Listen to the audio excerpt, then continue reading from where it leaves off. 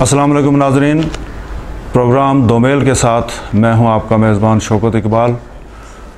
नाज़रीन, मार्का हक़ व बातिल अज़ल से जारी है और इस मार्के में वही लोग सुरखरू हुए जो हमेशा हक़ पर खड़े रहे, मुश्किल तरीन हालात का सामना किया लेकिन हक़ का साथ नहीं छोड़ा। और इसी तरतीब में वाक़या करबला, जिसमें हक़ व बातिल का मार्का अपनी पूरी शिद्दत के साथ सामने आया और दुनिया के लिए एक मिसाल बन गया। आज भी हक़ की पासदारी के लिए जो मिसाल पेश की जाती है वो हज़रत इमाम हुसैन रज़ियल्लाहु ताला अन्हु की है कि जिन्होंने बेसर व सामानी के आलम में अपने ख़ानदान, अपनी इमलाक, किसी की परवाह नहीं की और हक़ के लिए डट गए और सुरखरू हुए। चुनांचे आज हमारे साथ हमारे मेहमान प्रोफेसर ज़ाहिद हुसैन नकवी साहब हैं, जो मारूफ़ मज़हबी स्कॉलर हैं। अल मुस्तफ़ा इंटरनेशनल यूनिवर्सिटी इस्लामाबाद में तदरीसी फ़राइज़ अंजाम दे रहे हैं और उनका शोबा फ़लसफ़ा है। हम वाक़या करबला के हवाले से जनाब प्रोफेसर साहब से गुफ्तगू करेंगे और जो आपकी नज़र है। जनाब प्रोफेसर साहब, अस्सलामु अलैकुम। अलैकुम अस्सलाम व रहमतुल्लाह। मैं आपसे ये जानना चाहूँगा कि वाक़या करबला और फ़लसफ़ा शहादत इमाम हुसैन के दुनिया पर क्या असरात मुरतब हुए और इसका पस मंज़र क्या था? जो आपका सवाल है उसके तनाजुर में हमें सबसे पहले ये देखना होगा कि हम बहैसियत मुसलमान, बहैसियत इंसान जब दीन इस्लाम की बुनियादों को देखते हैं तो दीन इस्लाम में मरकज़ी, महवरी और बुनियादी नुक्ता वो तौहीद है। चूँकि इंसान एक मखलूक है, उसका एक खालिक है और उसका खालिक अल्लाह है। उस खालिक ने इस इंसान के लिए, चूँकि ये अल्लाह की प्रोडक्शन है, किसी इंसान की नहीं, तो कानून भी उस अल्लाह ने बनाया है। तो जब जब भी अल्लाह ने इस कानून को इंसान के लिए पहुंचाया, अपने किसी नुमाइंदा बरहक नबी या रसूल के तवस्सुत से वो पैगाम इलाही इंसान तक पहुंचा, बशरियत तक पहुंचा। लेकिन जैसे ही ये पैगाम बशरियत तक पहुंचा, लोगों की यहाँ पे दो किस्में हो गईं।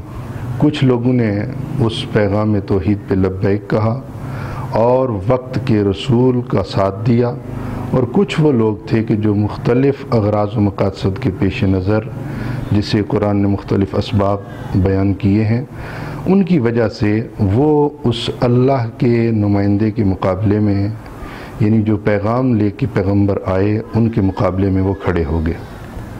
लिहाजा यहाँ से ही एक मारका शुरू हो जाता है और फिर इस हक़ व बातिल की जंग में, यानी एक तरफ अल्लाह का नुमाइंदा, अल्लाह का पैगाम, और दूसरी तरफ वो अफराद कि जो इस हुक्म इलाही को ठुकरा रहे हैं, इसकी अदूली कर रहे हैं, उनके मुकाबले में क्या तदबीर होनी चाहिए थी। ये आपके सवाल के तनाजुर में पहला सवाल ये आता है कि उसके लिए क्या तदबीर होनी चाहिए थी। तो पैगंबर ने अपने अखलाक का मुज़ाहरा किया, अपने उस अफ़्व बख्शिश से काम लिया।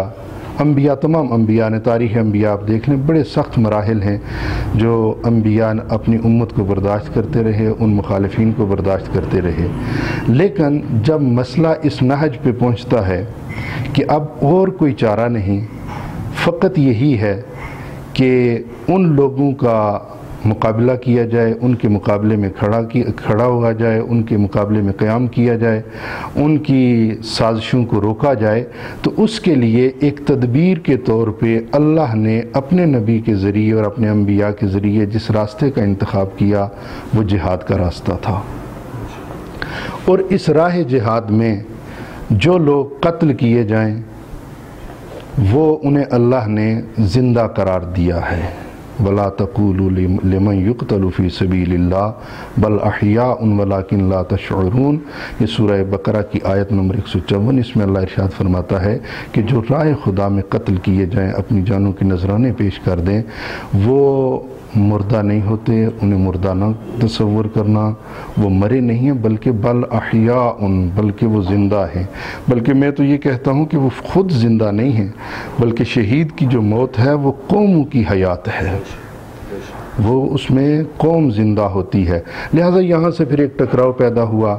پھر ظاہری اسباب کے مطابق کچھ لوگ جو رائے خدا میں شہید ہوئے، اور کچھ وہ باغی اور سرکش گروہ کہ جنہوں نے اپنے ہاتھوں کو ان انبیاء اور جو صفِ انبیاء میں شامل تھے اور انبیاء کے ساتھ تھے، ان لوگوں کے ناحق خون میں اپنے ہاتھوں کو رنگین کیا۔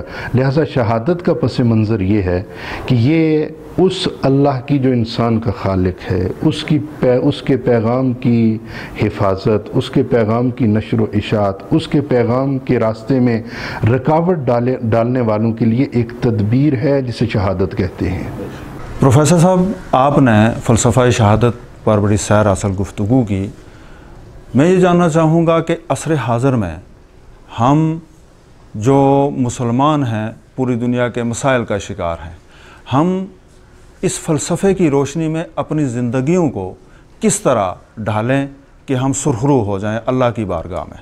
سب سے پہلی بات یہ ہے کہ اگر شہادت اسلام کے پرچار کا نام ہے تو ہمیں خود ایک اچھا مسلمان ہونے کی ضرورت ہے، وہ مسلمان کہ جس کو اللہ دیکھنا چاہتا ہے، جو اسلام کے معیار اللہ نے بتائے، پیغمبر نے دیے، ان معیارات میں ہمیں اپنے کردار کو ڈالنے کی ضرورت ہے۔ یہ پہلی بات۔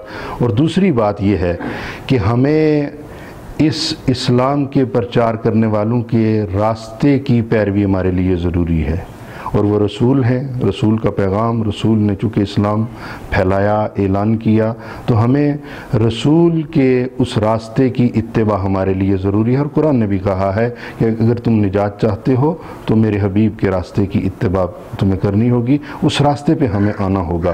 لہٰذا آج جو المیہ ہے ملت مسلمہ کا، اور وہ کوئی مسئلہ نہیں ہے، وہ لا الہ الا اللہ کا مسئلہ ہے، چونکہ ملک پاکستان لا الہ الا اللہ کی بنیاد پہ بنا، اور جو قیام کربلا تھا اس کا مقصد بھی لا الہ الا اللہ تھا۔